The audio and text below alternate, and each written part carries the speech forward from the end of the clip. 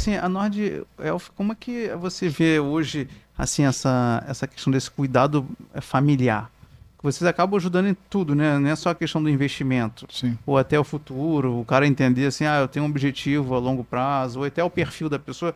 Como é que tu consegue administrar isso, assim? Você consegue entender o cara? Poxa, eu quero me aposentar com tantos anos, com uma renda tal, mas eu Sim. tenho meu patrimônio assim, porque tem a questão a proteção patrimonial também, né? Sim.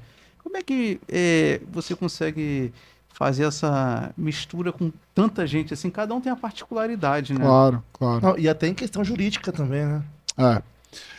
Assim, em 2016, então já vai fazer daqui a pouco quase 10 anos, né? Eu, trabalhando na Rico, eu comecei a tentar estudar algumas coisas que eu via lá no dia a dia, né? Os clientes abriam conta, mas eles iam lá e compravam um produto, compravam outro, etc e tal. E Prova não... por comprar, né? O home broker, ele se propõe a ser uma coisa meio de autosserviço, né? E aí, a corretora, obviamente, quer fazer um cross-selling, quer oferecer desde o tesouro direto, vamos oferecer para o cara outra coisa, etc. E a gente vai, né, oferecendo uma gama de produtos. Mas nada de forma muito estruturada, né? Muito, assim, o cliente vai lá, preenche um suitability, de que ele disse ele é conservador, moderado, Sim. arrojado, agressivo, e baseado nesse suitability do que ele disse que ele é, mas ele pode ser outra coisa, inclusive, ele pode não saber exatamente o que ele é, você passa a oferecer produtos para ele de uma forma meio quase que aleatória. E é assim que o mercado financeiro se desenvolveu durante muito tempo, no sistema bancário e também depois, mesmo no mundo de assessoria. Então eu me perguntava assim, será que não existe uma maneira mais estruturada, organizada e mais, vamos pensar assim, mais inteligente de você pensar o indivíduo, né, de onde ele está hoje, de quanto que ele tem de patrimônio, qual que é o perfil dele e onde ele quer chegar. E aí naquela época eu comecei a estudar o CFP, que é uma certificação que não é só uma certificação que te permite executar algumas operações, trabalhar em algumas áreas do mercado financeiro, mas ele também é um certificado de distinção. Ele te credencia como um bom profissional para planejador financeiro, né? Um Certified Financial Planner. É uma certificação internacional, então eu comecei a estudar para isso, eu me apaixonei por essa história e falei, bom, mas em 2016 não existia uma forma de você executar o Financial Planner do começo ao fim. Os Financial Planners daquela época, os CFPs daquela época, eles cobravam do cliente um boleto para fazer o plano financeiro dele, que era entender o orçamento, entender o perfil de risco, entender onde ele queria chegar. Depois ele falava assim, toma aqui e executa por conta própria. Às vezes alguns até deles faziam isso de uma forma meio quase clandestina, eles tinham acesso às contas desses clientes, iam lá e executavam por conta própria. Isso é muito, se for pensar assim, né, um trabalho tão sério, mas feito de uma maneira muito tosca, amador, né? Amadora. Errada, né? Então isso ficou muito na minha cabeça, eu sempre quis pensar, e assim, eu sabia que isso dava para ser feito em famílias muito ricas. Então os family offices, os single family offices muito grandes, os multifamily offices de famílias de muito dinheiro, né, famílias com 10, 20, 30, 50 milhões de reais, eles já conseguiam de alguma forma chegar num cliente com esse perfil e montar um planejamento financeiro de curto, médio e longo prazo, né? Então isso sempre ficou na minha cabeça. Eu falei, olha, em algum momento o mercado vai se desenvolver ao ponto de um consultor CVM CFP vai poder usar as instituições bancárias e plataformas de investimento para fazer gestão de patrimônio dos clientes da forma como manda, né, o livro, né? Então, respondendo a tua pergunta, assim, o que a gente faz lá hoje é basicamente entender quem são as pessoas, né? Tem pessoas de 20 e poucos anos, 30 anos, 40, 60, 70, perfis variados, moderado, arrojado, enfim, com objetivos muito diferentes, com contextos familiares também diferentes. Uma coisa é uma pessoa solteira, que nunca vai querer casar, ou uma pessoa que já casou e tem 2, 3 filhos. Se propõe a ser conservadora ou moderada, tem muita renda e uma boa capacidade de poupança, ou menos capacidade de poupança. Então, isso é uma equação que é relativamente complexa, né, de você fazer toda essa entrevista, entender de fato a fundo o que cada um quer e o que cada um pode ser e onde quer chegar. Verdade.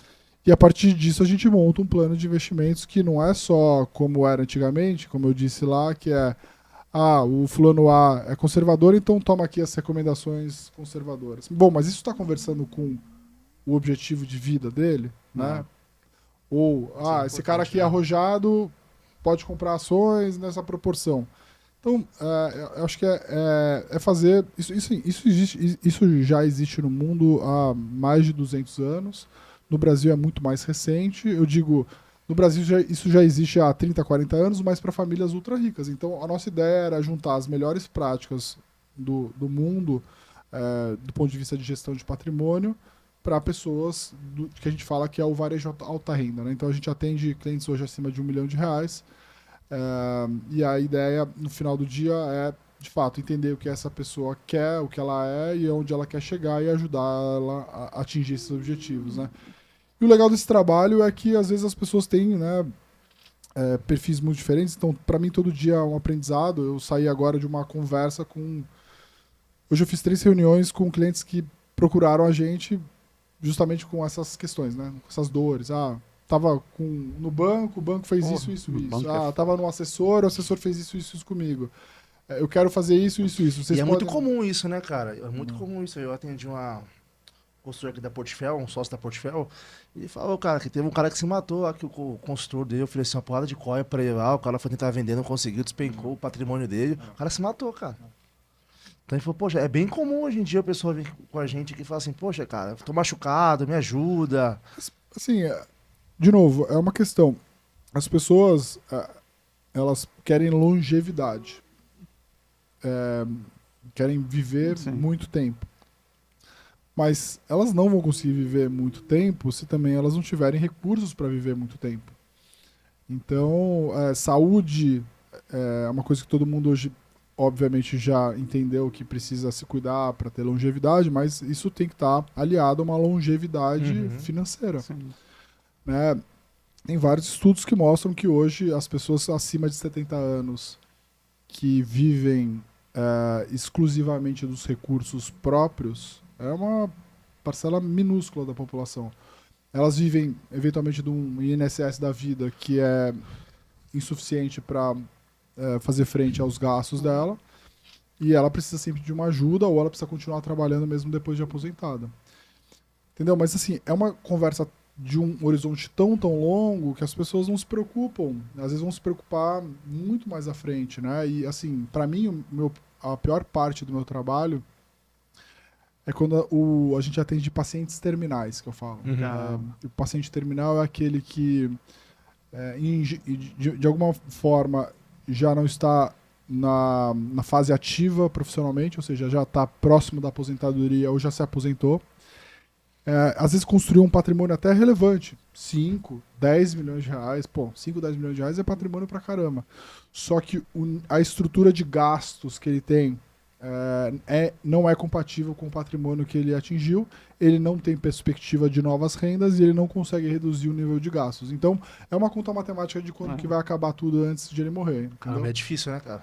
E eu mostro isso para eles, né? Então, é muito fácil de você mostrar, olha, você está com 70 anos, você tem 5 milhões de reais, que é um baita patrimônio, mas nesse nível de gastos que você está tendo, você vai morrer financeiramente daqui 10 anos. Então, para ele, a estratégia, então, ele diminui os gastos ou não tem muito o que fazer, né, cara? Você pode dar um downsize também na vida, né? Que você pode mudar para uma cidade mais barata, você pode vender. Às vezes, o maior patrimônio das pessoas... Às vezes, não. A maior parte das pessoas, o maior patrimônio é a própria casa. Sim. E aí você pode vender a tua casa, ir para um apartamento menor, né? Baixar um pouco o padrão de vida, né? Assim, claro, esse é o mais básico, mas às vezes a pessoa não consegue por alguma questão, né? Eu ainda sustento a minha mãe, eu sustento mais não sei o quê. Netos, né? E assim, eu tenho um custo relacionado àquele imóvel que é muito alto, eu tenho um custo de saúde, né? Eu provoco muitos meus clientes nesse sentido, né? A gente hoje olha a inflação corrente no Brasil, medida pelo IPCA, 3,5%, 4%, vai. Mas essa não é a inflação da pessoa que tem 5 milhões de reais. A inflação da pessoa que tem 5 milhões de reais é uma inflação mais alta. Né? Então, você aplica todo o teu patrimônio num título IPCA mais 6, 7, que é um excelente investimento, considerando que aquela inflação é sua, mas aquela inflação não é sua. Então a inflação provavelmente é maior. E a inflação das pessoas mais velhas ela é ainda maior. Se você for ver o quanto foi reajustado o seu plano de saúde nos últimos 5, 10, 20 anos, assim, ele é reajustado 10% ao ano, 15%, às vezes 20%. E essa, às vezes, passa a ser, às vezes não, a maioria das vezes o plano de saúde é talvez a conta número 2 ou 3 do orçamento de uma pessoa, e principalmente de uma pessoa mais velha. Né? Fora os remédios, né, André? Também, então, não só isso, né? Então, o que eu falo é que as pessoas precisariam ser despertadas, né, nesse sentido, mas, de novo, eu acho que falta educação financeira no Brasil.